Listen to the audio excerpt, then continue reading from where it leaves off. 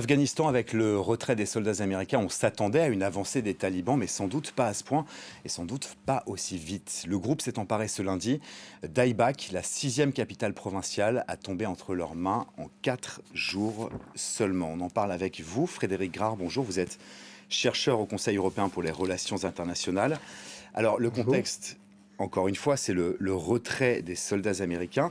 Mais 6 grandes villes, des capitales régionales qui tombent en 4 jours seulement, est-ce qu'on s'attendait à ce que les talibans progressent de manière aussi fulgurante?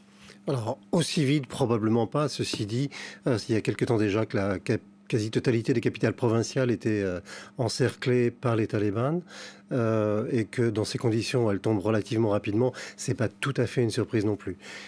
Qui plus est, on a affaire à une offensive coordonnée quasiment à l'échelon du pays et donc c'est très difficile pour les forces afghanes d'être réallouées en fonction des besoins du moment parce que les besoins sont précisément à peu près partout en même temps.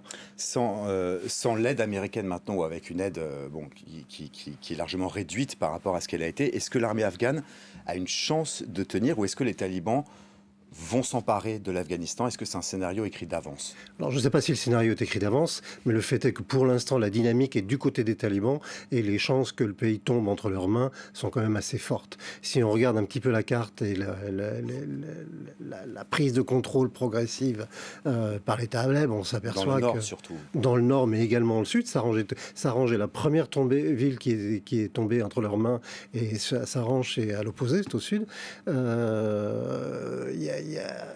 Le pays est loin d'être encore contrôlé par les talibans, mais la dynamique est complètement de leur côté. Et pour l'instant, on ne voit pas vraiment comment les forces afghanes pourraient résister à un tel mouvement. Et il peut avoir un impact psychologique aussi, Tout à fait. on imagine. Est-ce qu'il n'y a pas une part de stratégie de l'armée afghane de déserter, puisqu'on entend qu'un certain nombre de villes tombent sans résistance?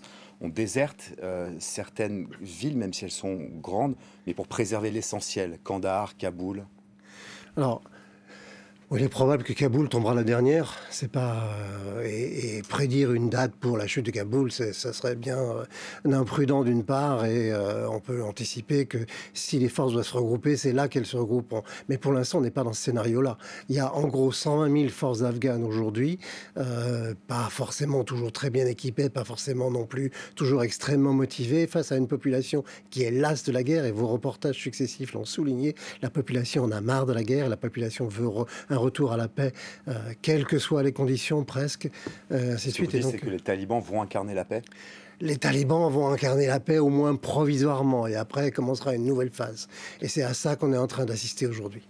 Un mot sur ce que notre correspondante Sonia Ghezali nous a dit un petit peu plus tôt, des témoignages en provenance de ces villes qui sont donc tombées entre les mains des talibans. On parle du rétablissement du port de la burqa, interdiction de travail dans un environnement mixte. À quoi est-ce qu'il faut s'attendre dans un Afghanistan qui serait contrôlé par les talibans? Alors, un certain nombre de choses qui vont aller dans ce sens-là, c'est le retour d'un État islamiste dur, il n'y a aucun doute là-dessus. Ceci dit, la question qu'on peut se poser, il y aura un vrai changement, a priori. Il y aura un vrai changement, c'est pour ça qu'ils se sont battus, et c'est pour ça qu'ils sont... Ça fait à peu près 50 ans que le pays est en guerre, c'est pour ce genre de raisons. Ce qu'il faudra voir, c'est on est en 2021, après 20 ans de relative libéralisation des mœurs dans le pays, et donc s'il y a aussi une population qui a changé, et la nécessité pour les talibans de s'adapter à cette nouvelle donne. C'est aussi pour eux un enjeu de pouvoir. Donc il faudra voir dans quelle mesure ils sont capables de s'adapter. Il y a d'autres éléments qui vont se greffer sur cette question-là, qui est le pays, plus de la moitié du pays, comme le disaient les Nations Unies il y a quelques jours, auront besoin d'un soutien sous une forme ou sous une autre d'ici avant la fin de l'année. Donc tout ça vont être des éléments qui vont devoir être négociés et les talibans vont devoir faire montre d'un certain nombre probablement d'un peu de retenue sur certains éléments. Vous me parliez d'un élément juste avant ce journal, d'un symbole peut-être. Pour l'instant, les talibans autorisent les filles à aller à l'école. C'est un signe pour vous, ça? Alors peut-être. C'est en tout cas une question, c'est-à-dire qu'on risque d'évoluer vers un système où, contrairement à ce qui se passait dans les années 90, les filles pourront recevoir une éducation, mais évidemment une éducation séparée. Ce ne serait pas le premier pays musulman où ce genre de choses se passe, mais c'est une possibilité. Potentiellement, les talibans ont changé depuis la fin des années 90, quand ils dynamitaient les Bouddhas de Bamiyan et d'autres choses qui avaient horrifié le monde. Il y a pu avoir un changement. Ça, c'est aussi une question, mais les talibans ont évolué aussi avec le pays. Et jusqu'où ont-ils évolué? C'est la question du moment. Je pense qu'il n'y a pas d'illusion à avoir sur ce que sera la nature du régime, mais ce n'est pas pour autant un retour à la situation des années 90. Il y a eu quand même 20 ans de présence américaine dans le pays, et puis avant la tentative russe, auparavant d'envahir l'Afghanistan. En l'occurrence, qu'est-ce qui n'a pas marché pendant ces 20 années? Pourquoi est-ce qu'on n'arrive pas à former un pays, une armée capable de contrôler le territoire? Qu'est-ce qui n'a pas marché? D'abord parce que ça requiert des moyens qui n'ont jamais été véritablement mis en place. Ensuite parce que on n'impose pas un système politique de l'étranger comme ça. Le nation building, c'est très joli sur le papier, mais c'est extrêmement difficile à faire. L'Afghanistan, c'est 50 années d'élimination couche après couche des élites du pays, et on ne redonne pas une légitimité à un régime, encore moins à des individus, simplement en l'imposant de l'extérieur.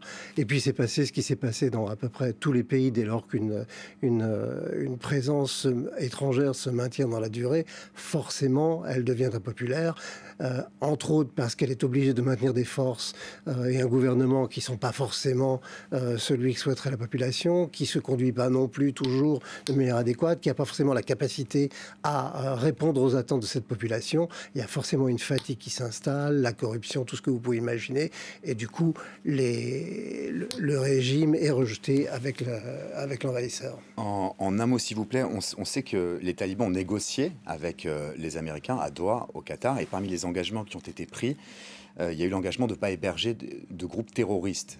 Est-ce que les talibans vont respecter leurs engagements, ou est-ce que ça ne vaudra plus rien une fois que la situation est actée? Ça, c'est le grand enjeu pour à peu près tout le monde.